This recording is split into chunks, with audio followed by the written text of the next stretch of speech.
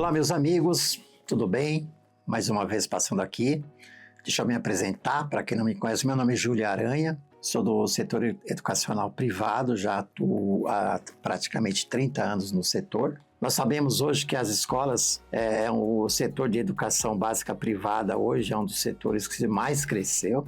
Nós temos hoje um nicho de escola muito diferenciado. Foi um dos segmentos que mais entrou aí de novos players, novos investidores aí, devido lá, como a gente teve aí uma escassez, já deu um CAD aí no segmento educacional superior. Então nós tivemos uma concentração aí de novos players aí na educação básica privada. Isso é importante também, porque as escolas se mexem para também apresentar também qualidade, produto novo, né, para o seu cliente. E quando a gente olha para uma escola hoje, para os dias de hoje, para o ano de 2026, e a gente olha para 15 anos para trás, quando a gente olha para uma escola em 2015, por exemplo, nós temos aí um espaço muito grande de muitas novidades que tiveram, e isso fez com que também as escolas elas entrassem também num ritmo de gestão, de administração, de planejamento para sair à frente. Nós temos hoje escolas que foram criadas com um verdadeiro business plan, ou seja, que nasceram de fato com um projeto para serem escolas arrojadas, para terem quantidades de alunos suficientes e principalmente rentáveis. E também condicionado a uma ótima qualidade pedagógica. Então, quem já estava no segmento educacional privado percebeu essa mudança. Aí a gente até começa a chamar as escolas para não se preocuparem mais com o item chamado precificação, ou seja, como precificar a minha anuidade ou a minha mensalidade para o ano seguinte. Eu lembro que 10 anos para trás, 10, 15 anos para trás, as escolas se preocupavam com isso aí lá em setembro, em outubro, e cada vez mais a gente está se antecipando. E eu estou chamando a atenção de vocês que é este momento que nós temos que nos preocupar. Por quê? Pensar em precificação neste momento. Nós temos hoje um assunto batendo a porta, que é a reforma tributária. Então nós temos que conhecer como que vai funcionar essa reforma tributária para 2027. Nós temos que entender que o nosso regime de tributação é muito importante, como que ele funciona, já que ele é a segunda maior saída do nosso orçamento, do nosso budget, né? Então eu tenho que me preocupar em fazer uma ótima precificação para 2027.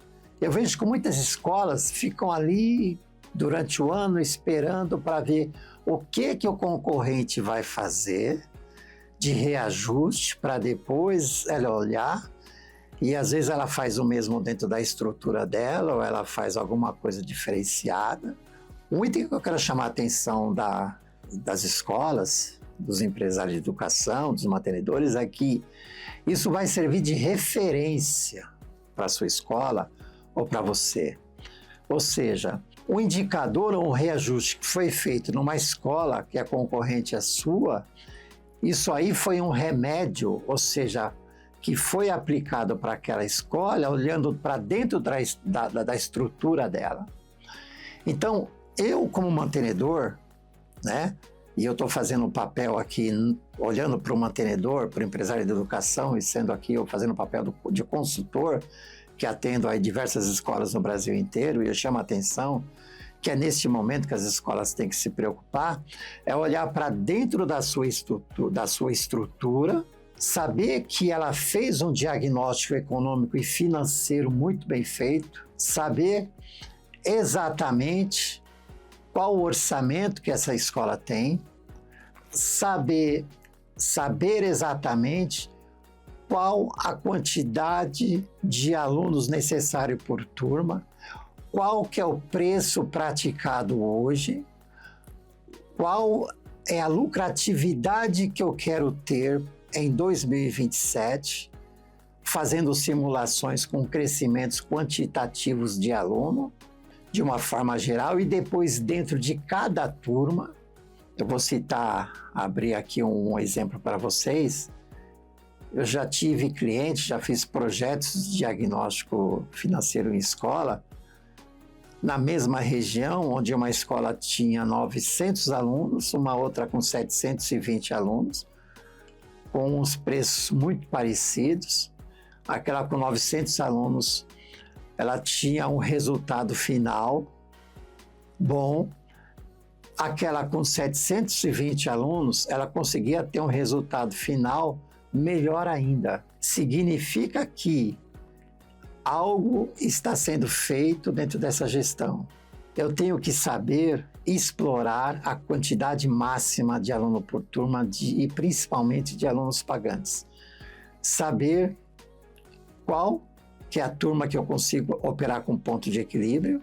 E aí, quando eu falo, olha, eu estou abrindo uma turma, mas eu tenho noção que essa turma vai operar com prejuízo ou que vai operar com ponto de equilíbrio, sabendo que eu vou depois, mais para frente, esses alunos vão ter o retorno financeiro no segmento de Fundamental 1, por exemplo. Eu tenho que saber qual que é a minha lucratividade por segmento, ou seja, qual a minha lucratividade da educação infantil, do Fundamental 1, do Fundamental 2 e do ensino médio. Então, é muito importante que eu saia na frente com a minha precificação. E às vezes é importante, o preço do concorrente é importante, você vai usar aquilo lá como um parâmetro. Mas se o concorrente, por exemplo, foi lá e fez um reajuste para 2027 em 9%, 9,5%, por exemplo, tá? 7,5%, não significa que você vai aplicar isso daí. Você vai ter que ver para dentro da sua estrutura financeira, ou seja, para dentro da sua saúde financeira, da sua escola. Qual o reajuste necessário que comporte? Se eu quero ter mais alunos por turma, quanto mais alunos por turma, eu vou ter escala. Então, meu resultado vai ser melhor. Lembrando também que não adianta eu ter, por exemplo, aqui vamos citar um exemplo para ficar melhor ilustrado, né? Vamos supor que eu tenho lá no meu terceiro ano do meu Fundamental 1, uma turma com 20 alunos, né? Cabem 20 alunos, eu tenho matriculado exatamente 20 alunos. Só que, quando eu vou fazer a matrícula, por um problema chamado alçada, qual foi a alçada de desconto que foi dado, qual foi a alçada de bolsista que foi dado, às vezes as pessoas começam a dar descontos desordenadamente ou dar bolsa. Às vezes você tem 20 alunos numa turma e nessa turma você tem 7 bolsistas integrais e ali você tem mais uma meia dúzia de alunos que pagam 50%, que tem 50% de desconto, aí não resolve o problema. Ou seja, quantitativamente ela tem uma boa taxa de ocupação, só que financeiramente ela está totalmente trabalhando com prejuízo. Ou seja, você vai olhar essa turma e você fala, estranho, o indicador de folha de pagamento de docente, ele está muito baixo. Por quê? Se a quantidade de aluno, ela está com uma taxa de ocupação de 100%. Quando você olha o sonho, ou seja, qual deveria ser a mensalidade, né?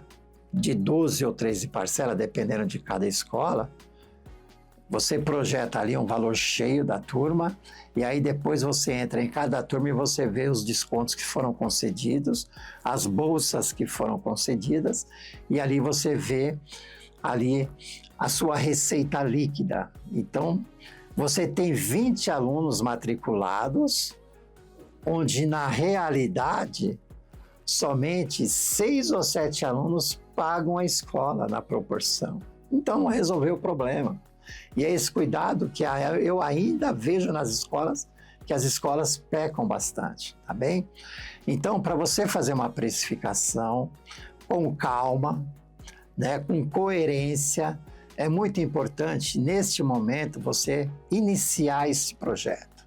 E eu falo projeto porque você vai ter que olhar turma por turma do que quantidade de alunos matriculados que você tem hoje, quais são os preços que você pratica hoje, qual o crescimento que você quer ter para 2027, né, em todos os segmentos.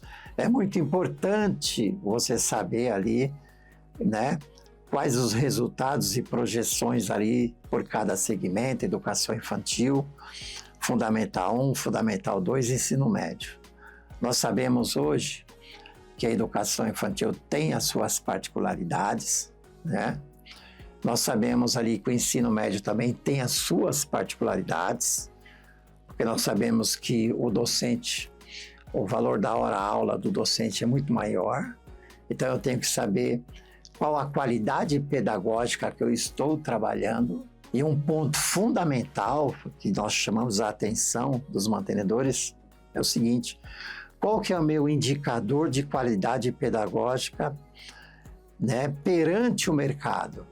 Internamente, é importante eu saber, sim, mas eu quero saber o seguinte: olhando de fora para dentro, como está a qualificação pedagógica da minha escola? A minha escola, se ela tem até o ensino médio, ela consegue aprovar alunos em ótimas faculdades? Eu tenho um material pedagógico bom, de ótima qualidade? A minha educação infantil, ela tem uma boa qualidade pedagógica, onde o pai consiga matricular o seu filho, e quando nós olhamos para uma escola, nós temos que pensar como se fosse um commodity, ou seja, o pai colocou na educação infantil, mas você tem que saber que aquela educação infantil, se aquele aluno ele ficou ali não dando uma lucratividade tão alta no ponto de equilíbrio, mas você sabe que ele vai te trazer retorno no Fundamental 1, no Fundamental 2 e no ensino médio. Então, a intenção da escola é fidelização. Tratar esse aluno da educação infantil para que ele consiga fazer uma ótima passagem para o seu Fundamental 1, uma ótima passagem para o Fundamental 2 e que ele permaneça, uma ótima passagem para o ensino médio e que ele permaneça até o 3º ano do ensino médio. Então, tudo isso daí é pensando na saúde financeira da escola. A escola sem saúde financeira, ela não consegue ir longe, ela não vai muito longe.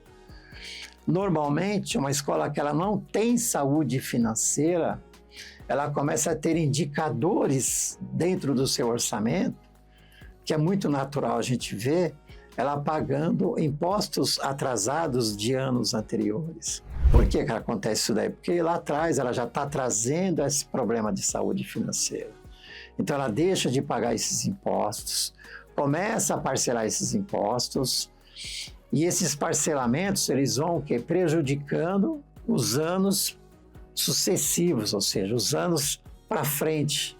Por exemplo, uma escola chega hoje e faz um parcelamento de um imposto. Quando ela chega e faz esse parcelamento para 60 meses, ela já comprometeu aí os próximos anos do resultado dessa escola. E ainda sabendo que nesses anos ela vai ter que pagar os impostos desses anos e levando já o parcelamento desses tributos para esses anos seguintes. Ou seja, isso aí começa a pesar na saúde financeira da escola. Então esse é um item que a gente chama a atenção também. Hoje as escolas também começam a fazer muitos empréstimos porque não conseguem ali, né, com a sua operação, fazer todo o pagamento de toda a parte operacional. Então ela recorre a bancos e daí para frente. Ou então ela vai fazer os seus descontos dos seus recebíveis com empresas especializadas que nós temos aí no mercado. Aí depende, ela tem que fazer um cálculo para ver se vale a pena levar esses recebíveis ou não. A gente chama a atenção que, mantenedor, este é o momento de se debruçar e fazer essa precificação muito bem feita das suas anuidades para o ano de 2027. Para que você faça as suas simulações muito bem feitas, pelo menos 3 simulações, sentar ali com o seu contador para poder desenhar isso daí é fundamental, procurar ali o seu consultor financeiro, o seu contador, alguém especializado nesse sentido, tá? Nós agradecemos a presença de vocês aí, de estar aí nos assistindo, nos colocamos à disposição para qualquer dúvida que vocês tenham nesse sentido. Forte abraço para vocês.